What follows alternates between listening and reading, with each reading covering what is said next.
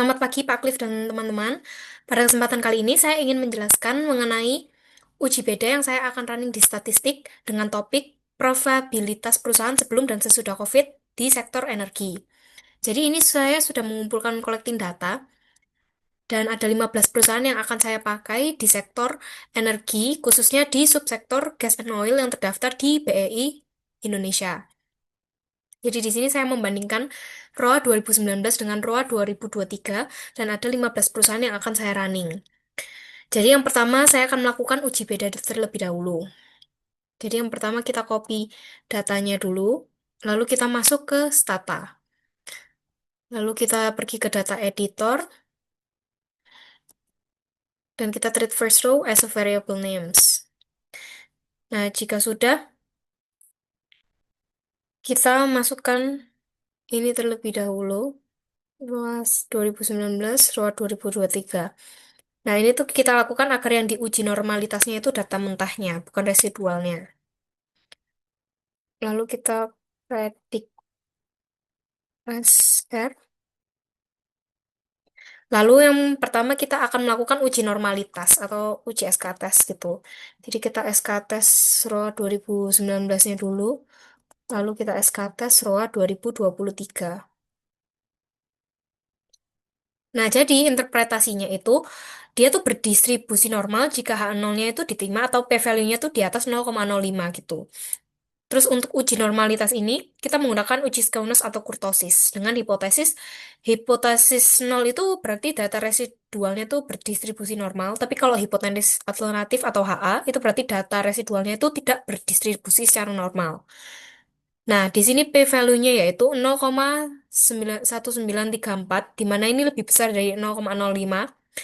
Nah, karena nilainya lebih besar dari 0,05, maka hipotesis nolnya diterima. Jadi, data residual profitabilitas perusahaan sektor energi sebelum dan sesudah COVID-19 itu dinyatakan berdistribusi normal. Lalu selanjutnya kita masuk ke uji homogenitas.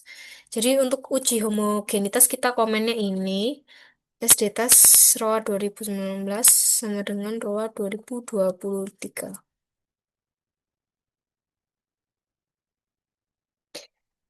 Nah, uji homogenitas ini adalah pengujian mengenai sama tidaknya variansi-variansi dua buah distribusi atau lebih gitu. Terus interpretasinya itu kalau H0 itu berarti profitabilitas antara periode sebelum dan sesudah pandemi itu sama atau homogen. Sedangkan hipotesis HA itu berarti varians profitabilitas antara periode sebelum dan sesudah pandemi itu berbeda atau tidak homogen gitu. Nah, di sini nilai P-value-nya yang tertera adalah 0,0128, di mana batas kritisnya itu kan 0,05. Nah, karena nilainya di bawah 0,05, maka keputusannya itu dia menolak HO, alias dia menerima hipotesis A. Sehingga kesimpulan data profitabilitas perusahaan sektor energi sebelum dan sesudah pandemi itu memiliki varians yang tidak sama atau tidak homogen gitu. Lalu selanjutnya kita masuk ke uji T gitu. Kita pakai t-test ROA 2019 sama dengan ROA 2023 gitu. Nah, ini sudah keluar di sini datanya. Jadi, interpretasi dari uji T ini, kalau misalkan hipotesis nol, itu berarti dia tidak ada perbedaan rata-rata profitabilitas yang signifikan antara sebelum dan sesudah pandemi COVID-19 gitu. Sedangkan kalau hipotesis A, itu biasanya ada perbedaan rata-rata profitabilitas yang signifikan antara sebelum dan sesudah pandemi COVID-19 gitu. Nah, jika p-value-nya kurang dari 0,05, maka H0 ditolak dan HA diterima. Di sini nilai p-value-nya itu 0,5468 gitu. Di mana dia itu lebih besar dari 0,05 gitu. Yang artinya dia menerima HA dan menolak hipotesis nol.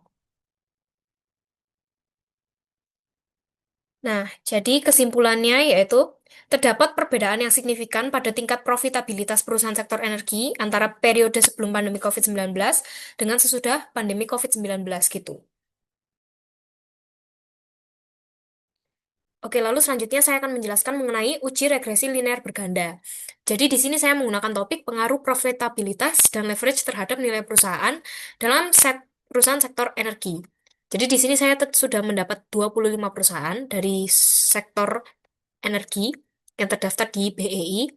Jadi untuk profitabilitas, proksinya saya menggunakan ROA dan leverage menggunakan DAR dan nilai perusahaan saya ukur menggunakan Tobin-Skew. Jadi di sini kita copy dulu data mentahnya, lalu kita masukkan ke Stata.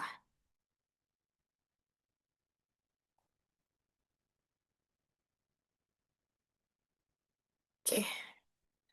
Lalu di sini kita lakukan uji normalitas terlebih dahulu, rek Y1, X1, dan X2. Lalu kita predik res R, lalu kita lakukan SK test juga. Nah, lalu untuk melihat apakah datanya normal atau tidak normal, kita lihat dari red box-nya. Nah, di sini banyak outlier yang masih bertebaran, jadi datanya itu masih belum normal gitu. Jadi cara menghilangkannya kita lihat dulu. Misalkan ini ada outlier di atas 400. Lalu di sini juga ada di antara 300 dan 400. Di sini juga di antara 0 sampai 100 dan di sini 0 sampai minus. Mungkin sekitar minus 100 gitu. Jadi kita buang di data editor. Nah, untuk memudahkan kita sort rest dulu. Jadi biar langsung terlihat gitu. Nah, ini tadi datanya kita buang karena tadi ada di antara itu. Lalu, nah ini juga ini terlalu jomplang dan ini juga yang terlihat di outlier tadi. Jadi ini juga minus 26. Jadi 19 sampai 24 ini kita langsung hapus. Jadi tersisa 18 perusahaan yang sudah clean gitu. Nah, lalu setelah drop, kita tuh masuk ke uji linearitas. Jadi kita langsung start OV test. Start OV test. Nah, di sini kita mendapatkan hasilnya 0,70984. Jadi kalau misalkan p-value-nya itu di atas 0,05, maka hubungan antara variabel X dengan variabel Y itu dinyatakan linear. Tapi kalau misalkan dia di bawah 0,05, hubungan antar variabel X dengan variabel Y itu dinyatakan tidak linear gitu. Nah, berdasarkan uji linearitas ini, diperoleh nilai kita tuh 0,7984.